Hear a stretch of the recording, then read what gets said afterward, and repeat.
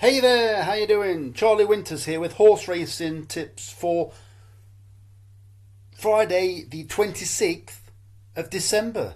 Well, it's Boxing Day, so I'm going to give you quite a few selections. So what I've had is, I've had the main, well I say it's the main, I've picked 6 horses in a 10p each way, lucky 63, and I've looked for really big prices. And then I've gone for a win, lucky 15, but as well as the win lucky 15, I've then had the same selections in a pound each way, fourfold. It just makes it up to a five. So it's a 20p win lucky 15 and a pound each way accumulator. And then the other bet I've had is 15 pence each way lucky 31. And those are more fancied selections, but still decent prices. And I have also overlapped a couple of the selections. So this bet you're looking at now is a 10 pence each way, lucky 63. I'm not really going to go too much into the selections.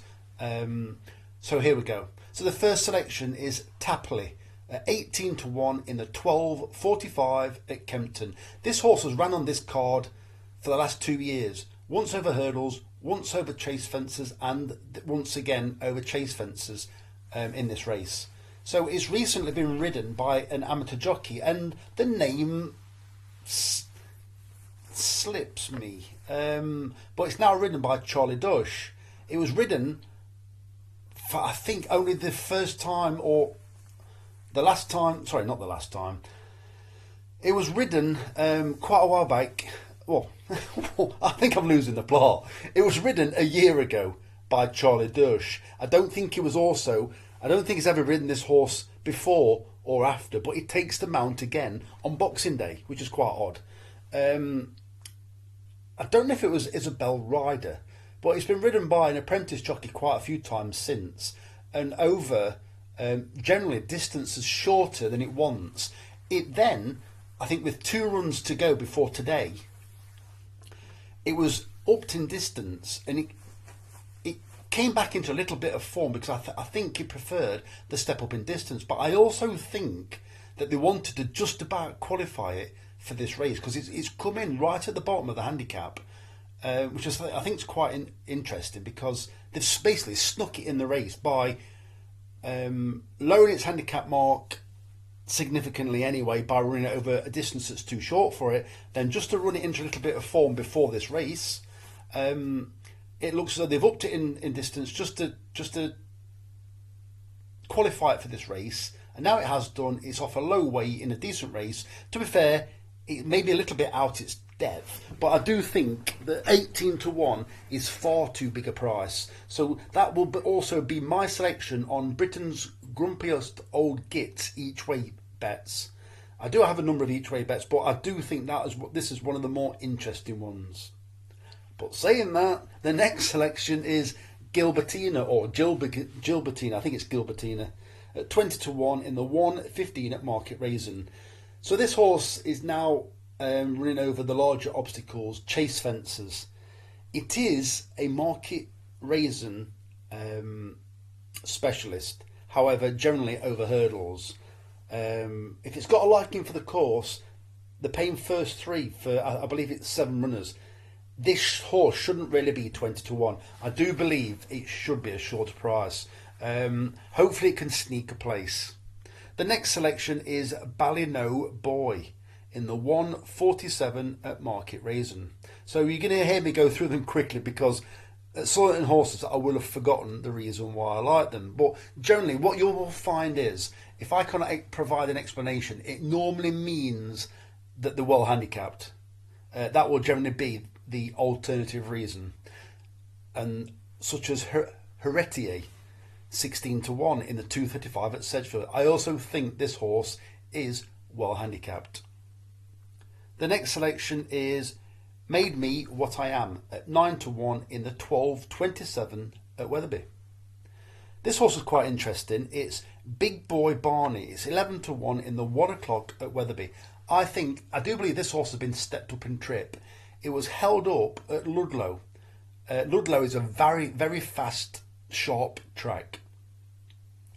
Speed favouring, and it was held up, and the fact that it wants further and held up over shorter, I think that it was given a bit of a. I don't want to sound, when I say hard race, I think it was a race to get race fit. It was put into a race. It was held up where really you'd want it to be more prominent because I think it wants further, which hopefully proves on Boxing Day because this horse has been stepped up in trip. This horse is the best horse in the race. I believe it's number one in the handicap, so it's the best horse in the race. But I do believe it hasn't always ran to its full potential because it's not quite got the right conditions. I believe these are more favourable conditions on Boxing Day, so I do fancy Big Boy Barney. So that is the first bet. So I'm going to click off that. Then I'm going to click on this. So this basically just makes it easier for it to see. This is a 20p win, lucky 15, and £1 each way accumulator. So the first selection is Minella Drama at 9 to 2 in the 12:30 entry. I'd like this one to go straight to the front. Hopefully it gets an easy lead. I do believe there's more to come from this one. I think Skelton's got one in this race, but I do think that this horse, if it gets an easy lead, it will be quite difficult to pass. And I do think this horse is quite well handicapped as well. The second selection is Indiva Blur at 2 to 1 in the 140 at Aintree. This horse is another one similar to the one I mentioned previously, a Big Boy Barney, where I believe the step up in trip will suit it. It's done okay over shorter, but I just think, I won't say it seems slow, not at all, but what I'd say, I think it's quite hard work over this shorter distance. I think the step up in trip on Boxing Day, I think the speed it's shown already over shorter will benefit it over this distance, and I will still think it will run right through to the line and finish very strongly. I think it's crying out for at least this distance. To be fair, it's 2 to 1 favourite, so I'm not telling you too much that you shouldn't really be able to work out or hear for yourself. So the next two, I just think it's a big day, and who comes to the top when it's a big day? It's Willie Mullins. I do believe the next selection, it's not the best horse. It's the best horse in the race on figures over hurdles, but this is chase fencing, and it only won okay on its debuts. And the horse is called Kits Boohal. Oh, it's probably called something else to that, but Kits Boohal. 7 to 4 in the 120 at Kempton. I don't quite know how they're going to run this horse because I do believe it made all on its debut over chase fences. I might be wrong. It was at least prominent. I'd probably like to see it prominent again. I'd like to see it go straight to the front and get an easy lead, but you don't always get that. They'll all be looking to beat this favourite and hoping that, obviously, with beating this favourite, they beat the rest of them. But I just think Kits Boohal, Willie Mullins. I always seem to get him wrong at Willie Mullins. But what I would say is, there could have been so many other horses that he could have ran in this race. If he wanted to win this race. So I don't see any reason why this horse can't win it. I think it's got a decent chance. And we don't really know. We haven't really got to the bottom of that horse yet. One horse we do know quite a lot about, although it's still running extremely well, is Gaelic Warrior. This is in the 230 at Kempton. And this is the King George. Well, I think this horse, many times in the past, you've seen it race prominently. More recently, it's been ridden with a bit more restraint. Excuse me. This is a tricky one, really, because I think it's just between the fancied horses. I love backing outsiders, but apart from Jello, I can't really see any other outsider that's really going to trouble them. I did look at this race, and I can't remember exactly what my conclusion was. This selection, I think it'll be too good on the day. I believe Henderson's got the favourite. I just can't touch Henderson horses properly yet. I think he's not been doing a great deal for a long time. Don't get me wrong, he's still made hundreds and hundreds of thousands in prize money every year, but I don't trust him since he withdrew his horses at Cheltenham. There just doesn't seem to be right. And Constitution Hill, what's going off with that? Nico de Boinville, what's going off with him? It's like there's so many question marks for me. I think he's ready for retiring, if I'm being honest. Not because he's a bad trainer, because things just don't seem right in the stable. I'm not saying virus. I just don't get it. I always remember Nicky Henderson. He always used to, whenever he got an horse in a bumper, he always used to win normally. Nah, it's like, where are they all? So anyway, so Gaelic Warrior at 11-4 in the 2:30 at Kempton. I don't fancy the Henderson horse. I think out of the two William Mullins horses, between Fight to File and Gaelic Warrior, I think Gaelic Warrior is the best, and I think it's more likely to show its running.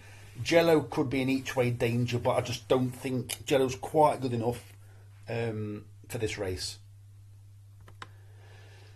So the final one is also fairly decent price selections again, but some of these are more fancied, and I've also chucked in the. I did say the horse called Tapley, that the very first horse I gave. I do believe I've only backed it once, and I will stick to only backing it once.